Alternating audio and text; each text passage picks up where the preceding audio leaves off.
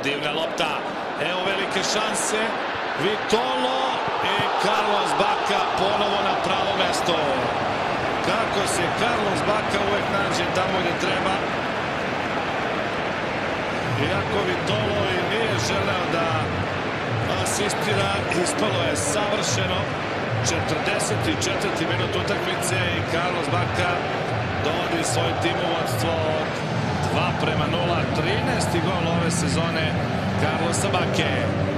Sjajni Kolumbijac, igra zaista vrhunski i evo Sevilla je bukvalno za 5 minuta nokautirala ekipu Kordobe. Pogledajte kako je Gunino zaspao, Pantić je bio prebačen, a onda Vitolo sjajno zalomio Gunina.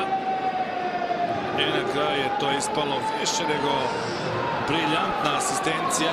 Iako verujem da nije imao nameru da asistira, već da šutira na